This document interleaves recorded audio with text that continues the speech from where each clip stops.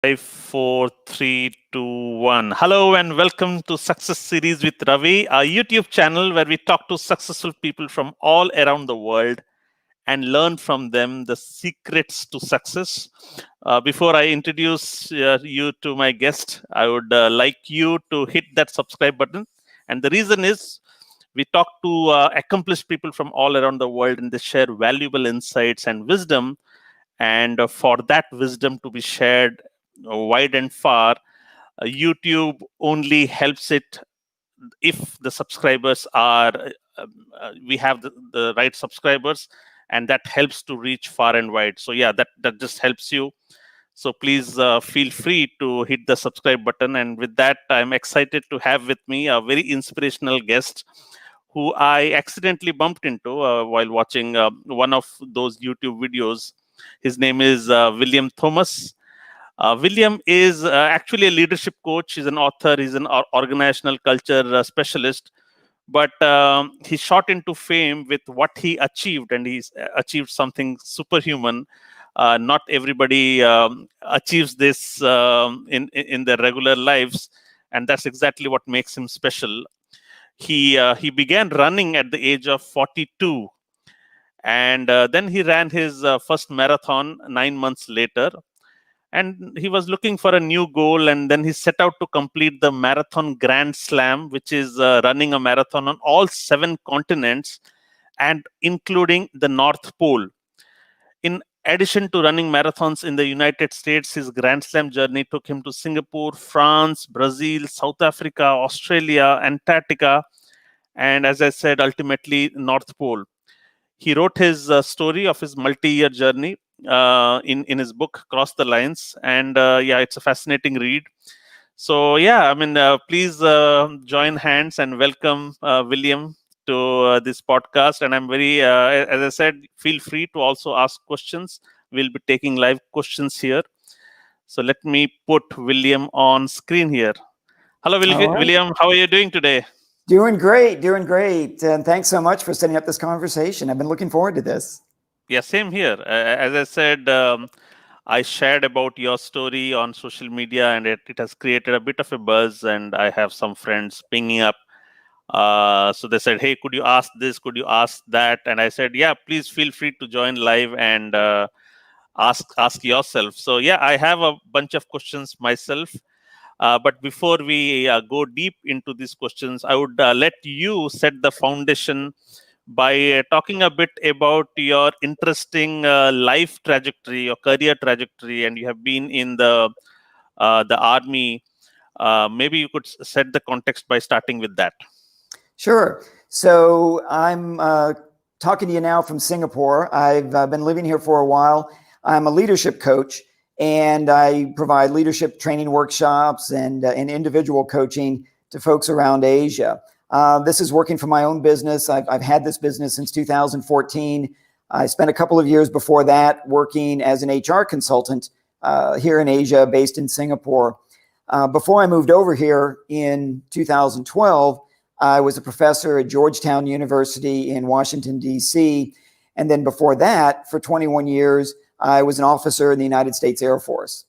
And all of these have been pretty formative experiences, no doubt. And certainly there are a lot of lessons that I've gathered from each of these, as well as, of course, from the running, which is the reason we're here today, I guess. But yeah, like I said, I've been here in Singapore. I've also lived in Bangkok and Manila, and I'm just loving the work here. Nice. And so you have been in the military. You served in both Iraq and Afghanistan. Tell us a bit about that as well. No, I don't meet often people who have served in Iraq and Afghanistan. Sure. Now, as I said, I was in the Air Force. I always feel like I need to caveat that and say I was not a pilot. Everybody assumes that if you're in the Air Force, you're a fighter pilot, and that's not the case. I was a strategic planner. I was generally somebody behind a desk, and occasionally I was behind a desk in challenging places like Iraq and Afghanistan. I went to both of those places just on a special assignment. I wasn't there for a full 1 year or 18-month deployment like a lot of troops were. I was there to help develop the militaries in both cases.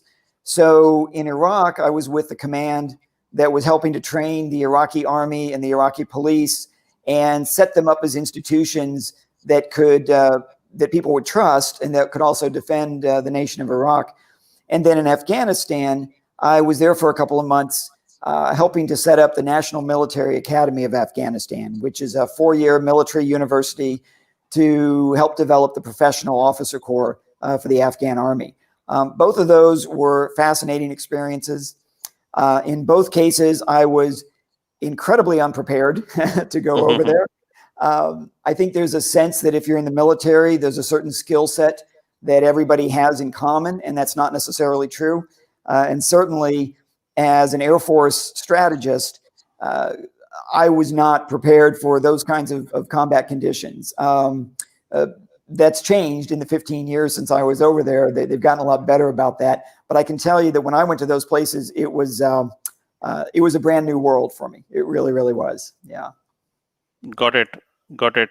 So let's talk about your transition to running. And you started at the age of 42, which is again rare, because not many people, if they have been running earlier, they would have maybe come back. But you started at the age of 42. How did that motivation to start running begin? And so, what exactly happened at 42? Well, it actually was kind of a side effect of the deployments to Iraq and Afghanistan. So let me back up for a second. Like I said, when you say you're in the military, people assume certain things about you. And Hollywood has certainly told everybody that if you're in the military, you get up at 4 o'clock in the morning and you run 30 kilometers uphill before breakfast. And I can tell you that's not the way it is for most people. And it certainly wasn't the way it was for me. I was not especially physically fit. My attitude towards my annual physical fitness test was that if the minimum wasn't good enough, it wouldn't be the minimum. So as long as I hit the minimum, I'm fine. And I had gotten to Iraq in 2004 and 2005, and the only things to do there were work and work out. I mean, it's not like you're going to go to the mall. There was no Wi-Fi to play with. You're not going to the movie theater. So after work, my colleagues and I would go to this little makeshift gym and work out. And when I got home after that, I felt like I was in better shape than I'd been in for a long time. So that was a good feeling. And within about 3 months, I was back to my normal pre-Iraq shape. So when I went to Afghanistan in 2007, the same thing happened. I'd go out with my military colleagues during the day. We do our work, get back to our base camp, work out. And by the time I got back to the US after that, I felt like, again, I was in better shape. But this time I wanted to keep it. And this time I realized I needed to be doing something more. At a minimum, I should be running because it's good for your heart. It keeps the weight off. It helps lower the cholesterol. It has all these great benefits. But I also knew from past experience that if I just started running, I would get bored and I would get distracted and I would quit because I'd done that plenty of times before. A friend of mine, my friend Ethan, had just run his first marathon. And he said, why don't you do this? Why don't you sign up for a marathon next year? And that way you've got a specific goal. And that way you'll keep running. You won't give up and you won't quit. And this was maybe the most important thing he said, tell everybody you're going to do it. Because once you tell people you're going to do something, you kind of have to do it or else you're going to look bad. And I can still look back at my Facebook post from April of 2008 where I said that I'd signed up to run a marathon. And from the moment you put it on Facebook, you have to do it. So that accountability really, really helped a lot. Really encouraged me to keep going and run that first race a few months later. Yeah. Got it. And then you did not stop. So it seems like, again, something clicked and you went on to run 33 marathons in 7 continents. Tell about that journey. So did something click? I mean, for many people who start something new, there would be times when it would not click or you fall back, and it would be a zigzag process instead of a smooth process towards improvement, right? So what about you? How did that transition happen from your early running into such a big commitment of 33 marathons? Yeah, well, there were a couple of things that clicked along the way, and I'm glad that they did. One thing was that during the roughly 8 or 9 months that I was getting ready for that first marathon, initially it was just going to be do one, just check it off the list and I'd be finished with it. But it occurred to me that this is a lot of work to do for just one event. And maybe I should consider continuing to do it. I'd had a couple of setbacks along the way. I had a couple of minor injuries, but I overcame them. I had a couple of experiences with running that weren't very good, but again, I managed to overcome those. And when you gain some successes like that, when you see that you can overcome some failures and keep going forward, then you start to wonder, well, what else could I do? If I can do this, then what else could I do? The other thing that clicked for me, I think, was when I ran that first race, I had a great time doing it. And marathon running in the US is different from many other countries in that you'll have, in some cases, hundreds of thousands, if not millions of supporters out there cheering you on. And having that in Washington, D.C., having people cheer me on, people who didn't know me, they're just strangers by the side of the road, but they're cheering everybody on. That was a very inspirational event for me. And I thought, man, I like that. I want to keep doing this. So about 6 weeks later, I was actually over here in Singapore. I was coming over here for 4 months on an exchange program to teach at one of the universities here. And I thought, well, if I'm going to be over there, why not see if there's a marathon I can run? And sure enough, 6 months after my first marathon, I ran my second one, the Standard Chartered Singapore Marathon. Very different experience. There is no crowd. Nobody comes out to watch. Nobody cares. And it starts at 5 o'clock in the morning. So there's definitely nobody there. But I was really happy that I could actually do this. So fast forward about another year, I'd run about 3 or 4 marathons at this point. And I liked the fact that I had a goal because it kept me moving forward. The problem was I had achieved that goal. The goal was to run a marathon, and I had done that. And I didn't have anything out there in front of me. So I started looking around, and that's where I came across the idea of the Marathon Grand Slam. And that's a very unusual sequence of events. The idea is that you run a marathon on all 7 continents and at the North Pole. And it's Antarctica and the North Pole that make that the most challenging.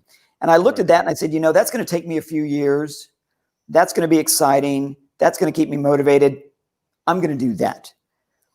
And I made the decision that within the next 6 years, like by the time I was 50 years old, I would finish the Grand Slam. And it kept me going. It kept me going for years. Got it. So what is a Grand Slam experience like? Maybe if you can delve a little deeper. So the Grand Slam is very unique. Right now, there are 148 people in the world who've completed it. When I crossed the finish line at the North Pole, I believe I was the 82nd person to get it done. Yeah, so it's not something that many people do. And it's the races in Antarctica and the North Pole that really limit that more than anything else, I think. The experience was fantastic because, for one thing, it took me to places that I always knew I should visit, but I hadn't had a really strong motivation to go. So, I had already run in North America with my first race, and I'd run in Asia with my second race, that being in Singapore. My third race took me to Paris, which I'd been to before, but it was nice. And I went with my friend that got me to start running. So that was really cool. My fourth race took me to Rio de Janeiro. And I don't know that I ever would have gone to Rio if it wasn't for that race. So, thank goodness for that. The next year, I had moved here to Singapore, and I went to Cape Town, South Africa. Again, a city that I knew I should visit someday, but I had just never had anything push me to go there, and this finally did. Right. Followed that up with a race in Sydney the following year, and then to Antarctica in 2014, and then ultimately to the North Pole in 2016. While I was doing all of this, I was still running other races. So I was running typically 3 marathons a year. I was changing careers from the military to being a professor to being a consultant. I was moving from Washington, D.C. to Singapore to Bangkok. All of these changes were happening in my life, but that goal of running the Marathon Grand Slam stayed right there at the center, and everything else was adjusted to help me hit that goal. And that was a real advantage to having a long-term goal like that. It gave me some focus. Yeah. Got it. I never knew Grand Slam also had North Pole in its itinerary. Who runs in Antarctica and North Pole? I mean, what is, because it's running there is quite unique, right? What was special about those races, and how did you cope with running in such cold temperatures? Yeah. Those, when you ask, who runs in places like that, very strange people. That's for sure. Those two events were both put on by the same person. So there's a fellow named Richard Donovan who is out of Galway, Ireland, and he's created these events: the Antarctic Ice Marathon, which takes place on a glacier about 1,000 kilometers from the South Pole, and then the North Pole Marathon, which takes place actually at the North Pole, or our base camp was about 50 kilometers from the North Pole. Though we did actually helicopter up and visit the geographic North Pole, the 90.00 on the GPS. Richard has put these events together to help people really test themselves and see what they're really capable of doing. These races are not big. When I ran them, we typically had about 47 or 49 people. I think they may have expanded a little bit, but they're still no bigger than 60 because you're really limited by the aircraft that are going to bring you in. The Antarctica race is very unique. There are a couple other races that have the word Antarctica in their names, but they're on some of the outer islands. This is, like I said, it's on a glacier, and it's about 30 below zero Celsius. It's windy. We're there for about 5 days, and we had to wait 4 days for the weather conditions to be good enough for us to be able to get out on that trail. It was challenging. You had to be careful about hypothermia. You had to be careful about snow blindness, frostbite, and you also had to make sure you didn't fall into a crevasse that was about 1 kilometer deep. Wow. So these are all challenges. The North Pole, similar conditions in that it was about -30 and very windy. The North Pole is special in that there's no land underneath the North Pole. So you're literally running on water. You're running on ice that's about 1 meter thick on top of the Arctic Ocean.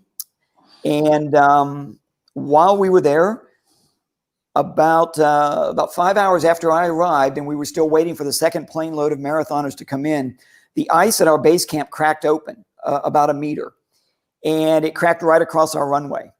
So the plane couldn't come back. And we were at a base camp there where we expected to be for 36 hours, and we ended up being there for about 4 days. We ended up being stranded at the North Pole for a few days. Not something that I expected. Absolutely not. And not something that happens in any other marathon, that's for sure. You typically don't get stranded at the race course in a marathon. But they were amazing experiences. I'm so happy that I did them. And they were life-changing in so many ways. So, so this is something about you talked about weird people, right?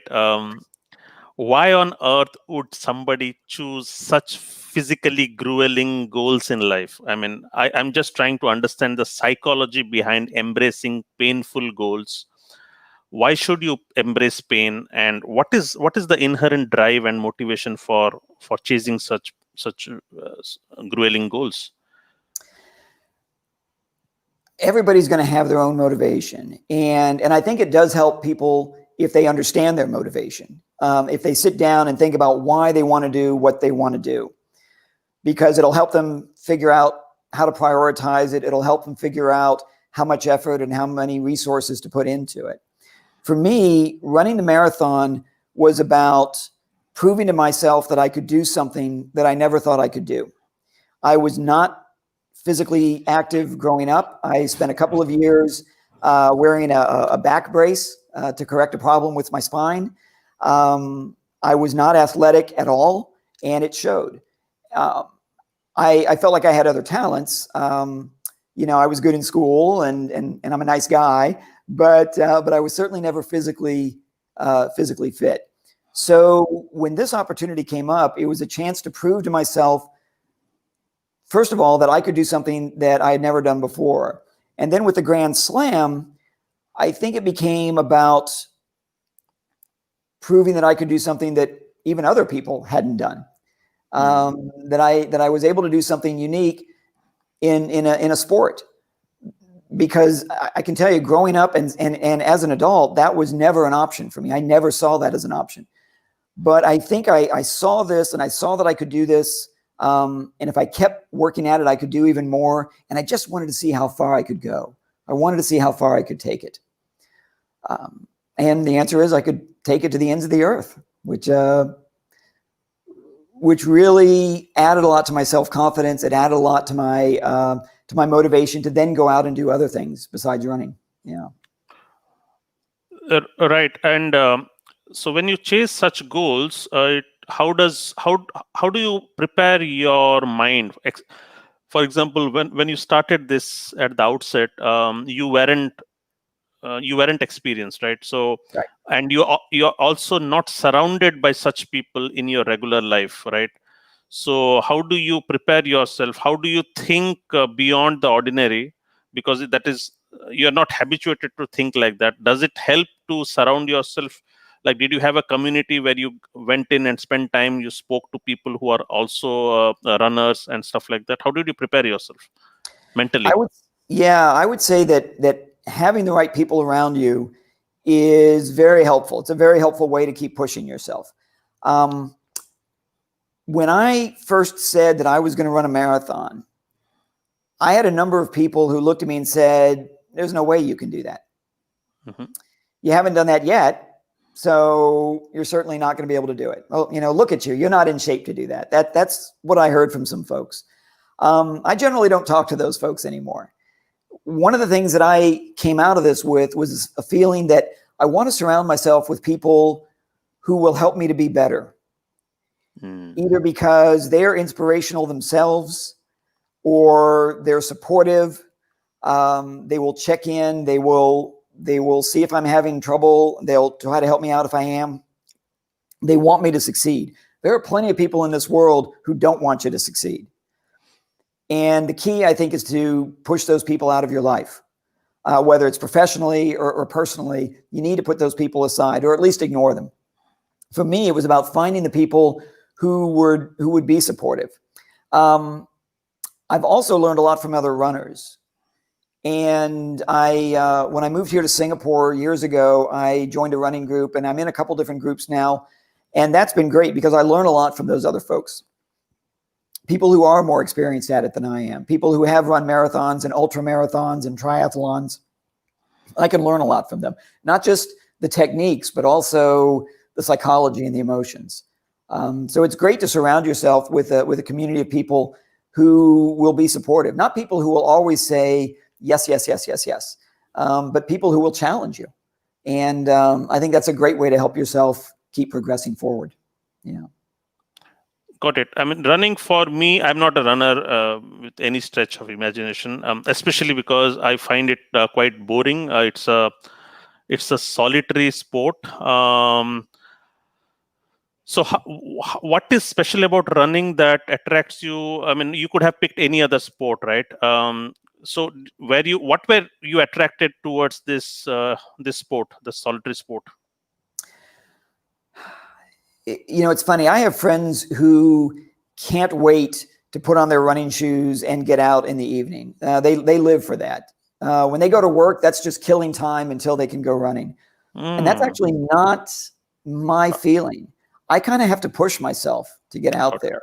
And that's one reason I still run 3 or 4 marathons a year is I want to always have something that I'm preparing for. And something I noticed a couple of years ago, I was living in Manila at the time, and I had about 6 months in between marathons. And I realized I wasn't getting out there and working out the way that I should, which has an effect on my overall health. It has an effect on my weight. It has an effect on my sleep and everything.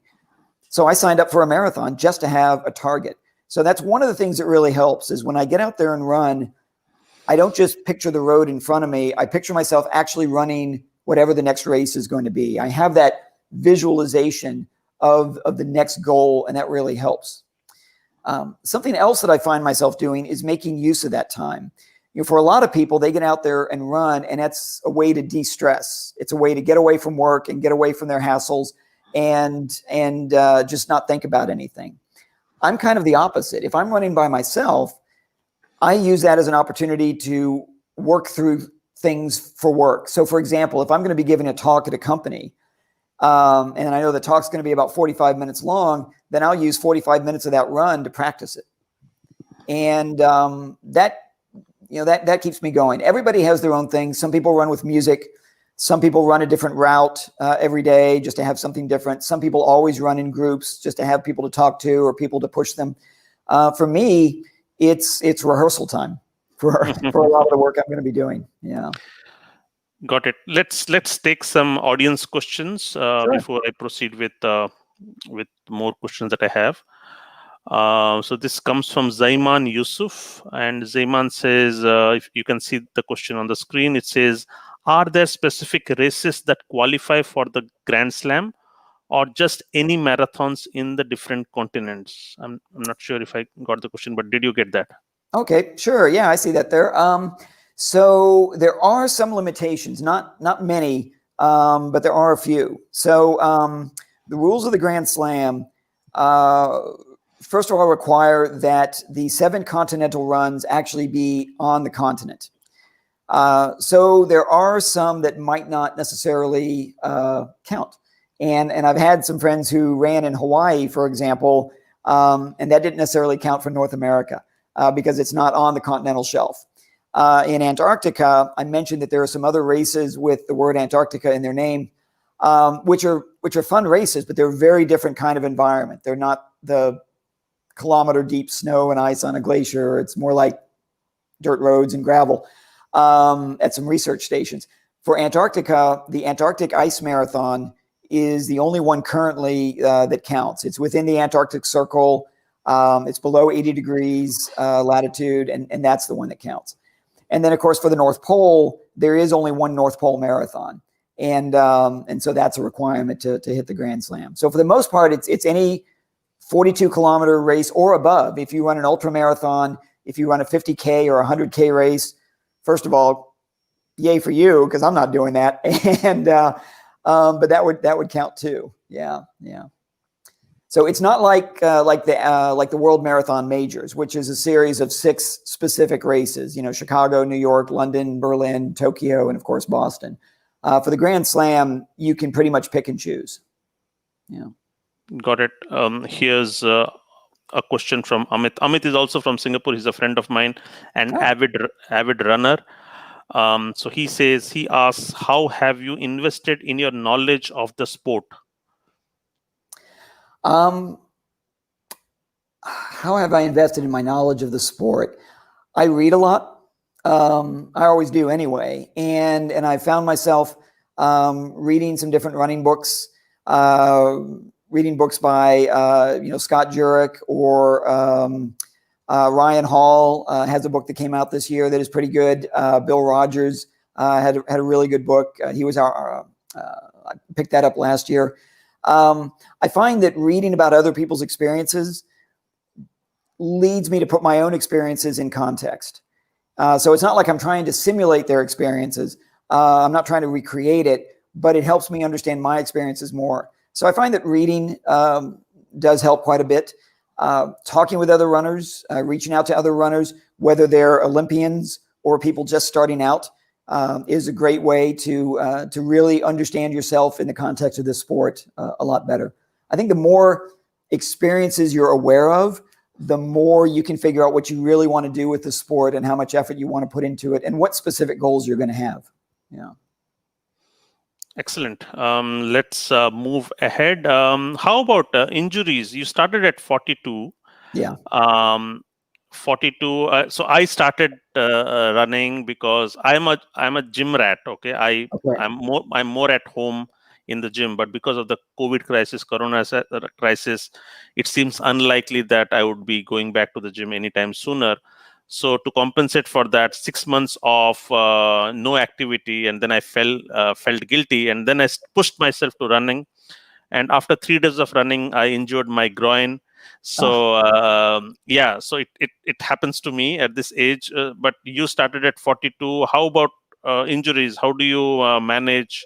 and optimize your body so that you do not injure yourself? Well, one thing is I don't run very fast, and my friends will tell you that. And I actually learned that lesson pretty early on. So, like I said, I started running at 42. I ran my first actual race at the Cherry Blossom 10 miler in Washington, D.C. in April of that year. So about 3 or 4 months after I took my first steps. And in the last 2 miles of that race, I pushed the pace really hard, really fast, and I finished. But I also injured what's called my IT band. It's like a band that goes down the outside of your leg and outside of your knee. I learned from that to pace myself a little better. Before I am going to run a super long distance, I'll work my way up to it. If I want to run at a faster speed, I'll work my way up to it. I kind of jumped in there a little faster than I should have. So I think the most important thing I've taken away from that is to listen to my body. Since then, and I'm 54 years old now, so I've been running for 12 years. I've only had a couple other times where I worried that I might have an injury. And in those cases, I just backed off of running when I could. In one case, I had a race coming up, so I just went ahead and ran it anyway, which I don't necessarily recommend, but it was a very minor pain. But for the most part, I listen to my body. And if something says, hey, this doesn't feel right, you need to stop, then I'll back off for a week and then I'll reevaluate and try it again. Having said that, you could do everything right. You could have the right shoes. You could have the right pace. You could be running in great conditions and you can still get an injury just out of nowhere. So there is a bit of random chance that plays in there too, I think. Yeah. Got it. Let's talk about generic life goals. So you seem ambitious. Okay, you seem to be proactively setting ambitious and tough goals for yourself. So my question to you is, what are your strategies? I'm sure it's not just running as your goal, but the goal setting is part of your life. So I'm sure you're also setting goals for other dimensions of your life, say Sure. your career, your finances. So what are some of your goal setting strategies, and how do you ensure that you actually follow through and achieve those goals? Okay. Well, one advantage that I think I have is having been a strategist in the military for about 20 years, having been to all kinds of training on how to develop plans and how to develop contingency options and so forth. I'm fairly experienced at that. And so I brought a lot of those skills from my professional life back to my personal life. And that began even back when I got my PhD, which was almost 20 years ago. I had a specific goal that was, about 3 years down the road. And I just worked backwards from that. I knew what the goal was and I knew where I am now. And I worked backwards from that goal to figure out what I was going to need to do and when I was going to need to do it. So when do I have to have my dissertation complete? When do I have to have it drafted? When do I have to have the research done? And all the way down to specific courses, like how is the research from this class going to fit into my goal of being done in another 3 years? Having that kind of a roadmap helps. But it's also very important to be ready to change around. When I was getting my degree, I was in Washington, D.C., and I was there on 9/11. I was a mile from the Pentagon, which got hit. And so Washington, D.C. changed dramatically after 9/11, and that affected my schooling. That affected my ability to go to class, my ability to meet with my professors. And so, but it wasn't an excuse for changing my goals. So I had to, adjust around that. So I think one of the things that's really helped is having a clear goal in mind, because then you can figure out how to get there. And that's why when people say to me, oh, I want to be in better shape. What does that even mean? That's not a goal. That's like a vision for the future. That's awesome. But how do you know when you've gotten there? And how do you mark your progress towards that? And how do you come up with a plan for getting there? If you don't clarify that goal, it's going to be really hard to ever get there. The other thing, though, and this really comes from running more than anything else, that has affected other life goals, is knowing that I can do this. So I remember in 2014, I just finished the Antarctic ice marathon. It was my 7th continent, which was a huge deal for me. And I was flying back home here to Singapore, and I had just left my previous job to start my own company. Now, I was very nervous about that. And this was a goal that I'd had for a long time. And I thought I had an idea of what I needed to do, but I'd never run my own company. And I'm doing it in a foreign country. So yeah, I was incredibly nervous about this. And as I was flying back from that race, I was on a Singapore Airlines flight somewhere over the Pacific.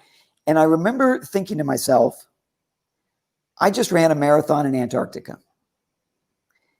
And if I can do that, I can run a business. I mean, if I can go from never having run to running in Antarctica 4 years later, I can handle this business ownership thing. So I think it's important to take confidence from the other things that you've done. Everybody has done big things. Everybody has done things that they didn't know that they could do. And they don't have to be running a marathon. It could be that you learned a language. It could be that, you started a family and, you're raising kids. It could be that you did something really great at work. There are things you've done in your life, and you need to look back and draw confidence from those. And that's something that helps you keep moving forward towards those goals. So it's important to set your goals and really know what they are. But then it's also important to know that you can achieve them. And if you look back at your past, there's a good chance you'll find those lessons. That's an interesting point that you made. So what you're trying to say is, if you are able to achieve something with a discipline and resilience in one dimension of your life, it can have a spillover effect on the other dimensions. So your success with running, you gained confidence to also succeed in business. I never thought it that way. Yeah. I spent, so I've had my own business now for about 6 years. And I pursued the Grand Slam for 6 years. And a lot of my ability to keep this business going as I've moved around to different countries, as we've dealt with the coronavirus, and my industry has just been decimated by this because nobody's doing training anymore, or they're doing very little of it. My ability to keep this moving is not based really on my military experiences, and it's not based on my education. It's based on what I've learned from running. So I am a firm believer that the lessons you learn in one part of your life can translate very effectively into other parts of your life. We just need to see it that way. Now, that's been, I will tell you, that's been a little bit of a challenge getting that message across to people here in Asia. Because one of the common traits I've seen, and every culture in Asia is different, is unique, but there are some common traits. And one of them that I see is a very clear distinction between work and personal life. And there are lessons that cross that boundary. And I wish people would see that. And I wish people would see what they're capable of, because it'll help them be capable of so much more. Got it. Excellent. Let's take some more audience questions. Sure. And so Sambit is also an inspirational guy.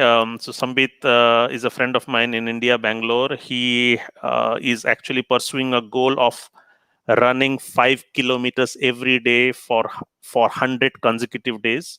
Wow. He has already completed 60 days. I think 40 more days left. Okay. And he's sharing. I wish I could have just added him in the conversation as well, because so his question is, what's your diet looks like before the run, during the run, and after the run? All right.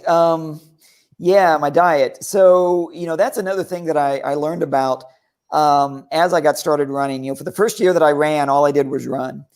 And then later, when I came up with this, the Grand Slam idea, I had to change a lot of things about my life. I had to change my finances because these things aren't free, and I had to save up money and all that. I had to change my work-life balance so that I could actually have time to go and run these races.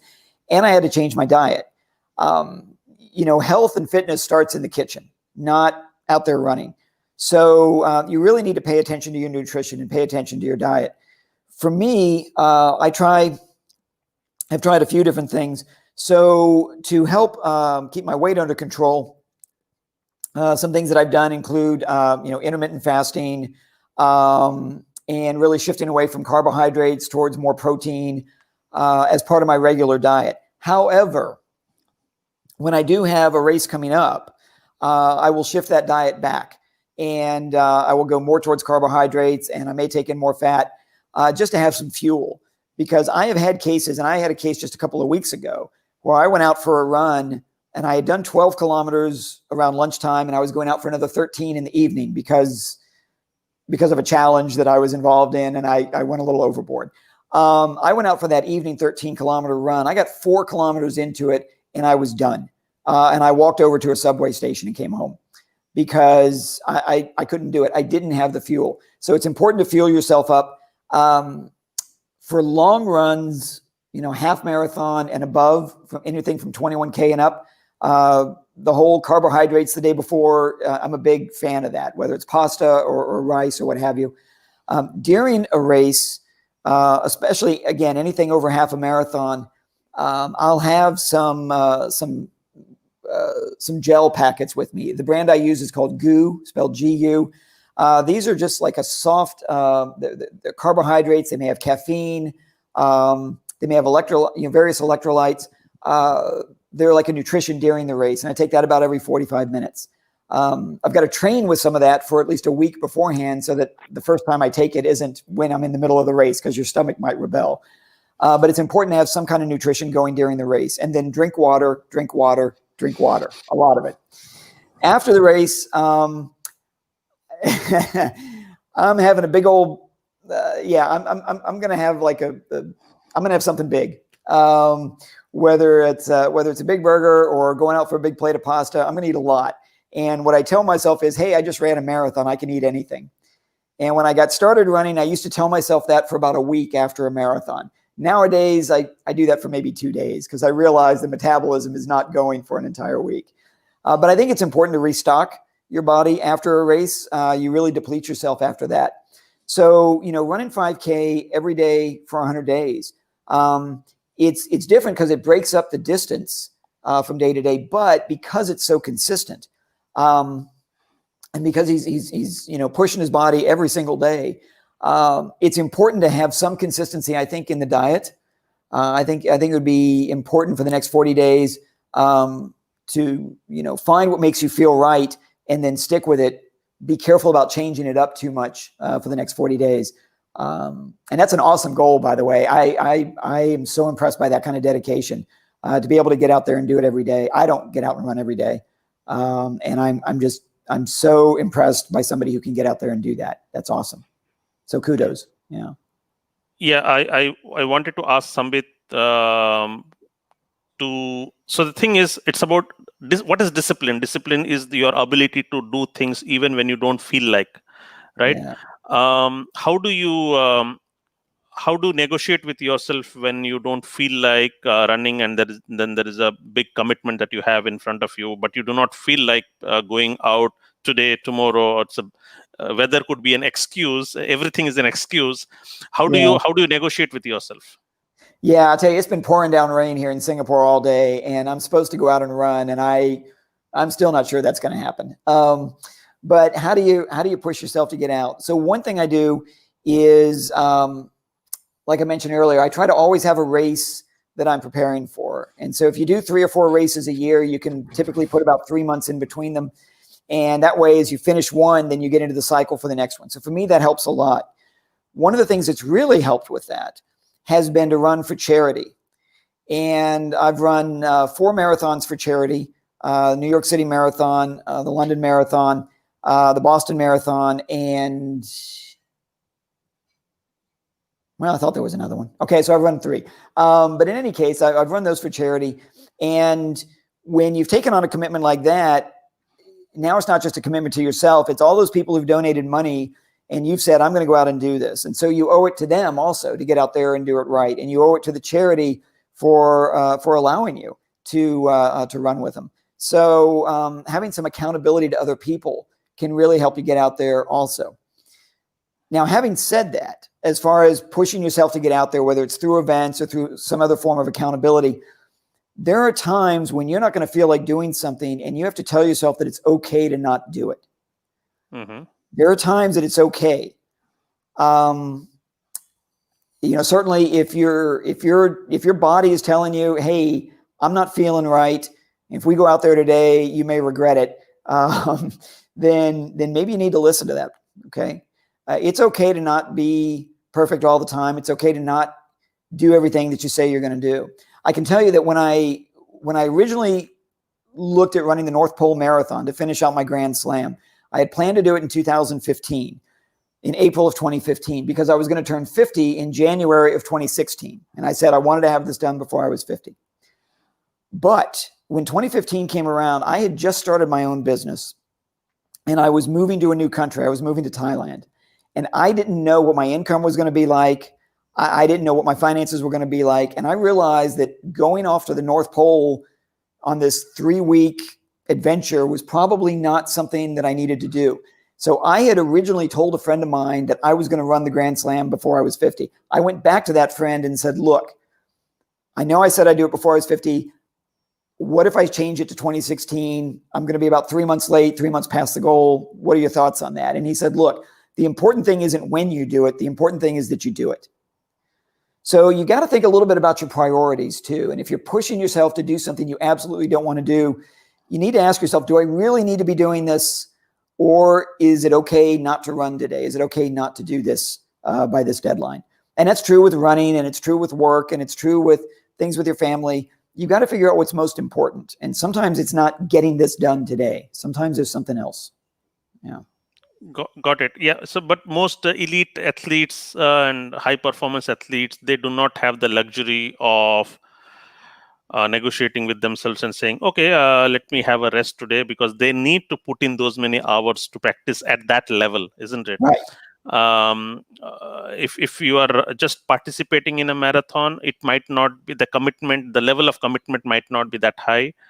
But still, I have always struggled, and many people who are not into sports or physical activity, the comfort of the cushion at home is always more appealing, or the bed is always more appealing than pushing yourself out of your comfort zone to go out. So Absolutely. that's always been a challenge. That could be a real challenge. And I think, and something to take away from that is, you're right about the elite athletes, the Olympians, the Southeast Asia Games athletes, the national athletes. They don't really have that luxury. But that's a life that they've chosen for themselves. For most of us, we aren't going to be elite athletes, and we're going to run, or we're going to do triathlons, or we're going to play badminton, or we're going to play football, or we're going to do what we do because we enjoy it. And if pushing too hard is going to remove all that enjoyment from it, then I think we've missed the point. Right.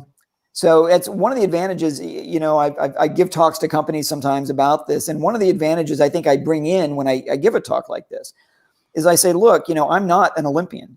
I'm not an elite athlete. I'm not somebody who spends 8 or 10 or 12 hours a day training to run so that I can go to the North Pole. I'm a middle-aged consultant. Right. And if I can do this, then anybody in this room can do whatever they set out to do. I am not trying to set some kind of unrealistic expectation. I'm trying to help people see what's actually realistic. And right. So I think having that kind of that non-elite experience is helpful, because people can look at that and say, well, look, I don't want to go run a marathon at the North Pole, but I do want to learn to speak Chinese. And I didn't think I could do it because, I'm already 40 and I haven't done it yet, but now maybe I can. So I think having that non-elite experience is helpful. Yeah. I always thought that athletes and sportsmen find it easy to show up on the ground or on the track every day because they have so much of experience. So it's easy to go. But then I heard that no, every day they have to push themselves. It's not like, because the intent in the body is the same for whole of humanity, but these people choose to overcome that inertia and push themselves. So do you also feel the same, that it's actually a challenge to go, and it just does not come easily just because you are a runner? I would say that's absolutely true. And I think the way you phrase that about overcoming the inertia is really important.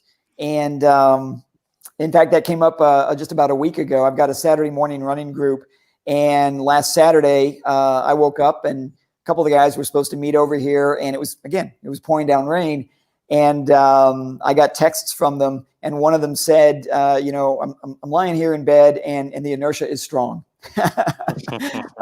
He wasn't going to get out and come over here, and again, I think it depends on the kinds of goals that you're going to set for yourself. If you're going to set big goals and you really want to achieve them, then you're going to have to make that extra effort to push yourself beyond the normal human experience or the normal human expectation that a body at rest stays at rest. If your goal is to get out and run every now and then to keep your weight off, that's a fantastic goal, and I encourage people to pursue that. And you probably don't have to push yourself as hard. But if you've set a goal of running a marathon, then you don't want to show up on race day not ready for that marathon. Trust me, you really don't want to show up not ready for that marathon. So I find that when people set big goals and get on a path to following through with it, maybe getting a little bit of success along the way, having a way to measure that success, measure that improvement, can give you the motivation to then get up at 4 o'clock in the morning and go for a run when normally you'd like to just roll back and go to sleep. I think having little successes can lead you to big successes. And it's important to take note of those little successes. It really, really is. Excellent. Let's take one last question before we wrap it up. And this is again from Sambit. So Sambit says, no, not this one. What do you do specifically to recover after a long, grueling run? Recovery after a long run. That's, I've tried a lot of different things, and I'm not entirely sure what the best method is. I've done the ice bath idea, where I've gotten back to the hotel after a marathon, and I filled up the tub with cold water, and I've called down to room service and said, please send up all the ice that you can, and jumped into the tub. That's a shock to the system. I don't know if it really helped. I certainly didn't feel the pain anymore. I just didn't feel anything anymore. I find that continuing to move, a lot of people would like to just lay down and not move. But for me, movement for those first couple of days is very important. Keeping the muscles going, keeping the blood flowing is very, very important.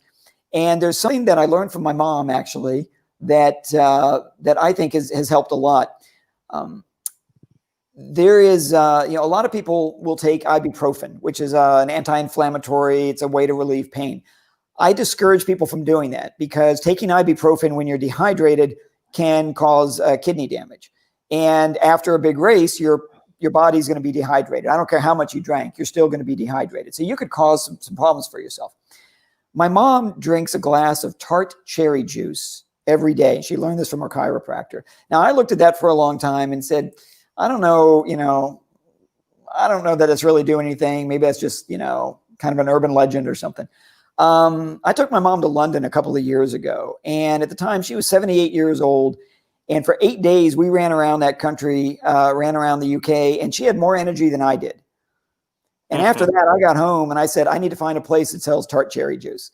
So taking that kind of natural anti-inflammatory has been very, very helpful, I think. I feel better. I take it every day. I mean, I drink it every day. I drink more after a race, and I think it helps get everything back to normal. I used to be in a lot of pain for about a week after a race. Now, after a couple of days of discomfort, I'm fine.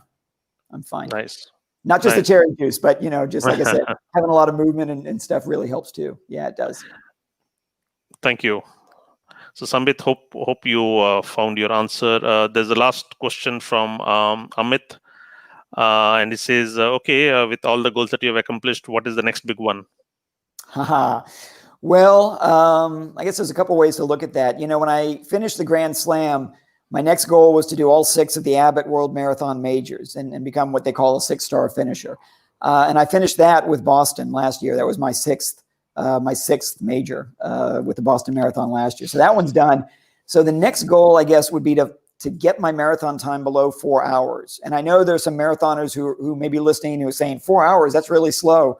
But my personal best so far is 4:05 and 57 seconds. And I would still like to get it below 4 hours. And I think I still could, despite the fact that I'm getting older. I still think I could still get it below there. And so I'd like to do that. That's my timing goal. As far as my next adventure goal, and it was supposed to be this year, I'm planning to run the Everest Marathon, which involves a 2-week trek up to the Mount Everest base camp and then a 42-kilometer run right back down. And I should have been doing that this last May, on May 29th. For obvious reasons, that was delayed, and I'm hoping to do it next May. So that'll be the next big adventure race that I have, is Mount Everest. Yeah. Excellent. Other than running, what are your life goals, maybe? That's a great question. I used to set very specific goals for myself in the future. And actually, when I came into the military, I did that. I had a very specific career path laid out. But I was in the nuclear part of the Air Force. And about 2 months after I came on duty and started my job, the Berlin Wall fell down. And soon after that, the Soviet Union went away. And world peace was great, but my career went into the toilet at that point. And so I had to change my career goals dramatically. And one of the things I took away from that is to maybe not look too far down the road, because so many things can change. So I have sort of a general vision for the future where I want to be happy. I want to be traveling. I want to still be learning. I want to be in some sort of a job where I'm working with other people, teaching other people, whether it's as a leadership coach or a personal trainer, when I'm 65 and I'm helping other senior citizens around, or if I go back to teaching at university. That's the sort of thing I want to do. But it's kind of a broad vision. And then year by year, I'll make up some new goals to get me there. And that direction may change, but that's okay, because life is all about change, and you just gotta go with it. Excellent. Well, this brings us to the end of a fascinating conversation with William. William, you were inspiring with whatever you shared, with whatever you have achieved, and hopefully the listeners who are listening to this will get into action. It may be in running, it might be in other dimensions of their life. So with that, again, William, thanks for your time and patience and sharing your wealth of wisdom with us. Thanks very much for the opportunity. I really enjoyed it, and thanks for a great conversation. All right, William. See you then. Bye-bye. Bye-bye.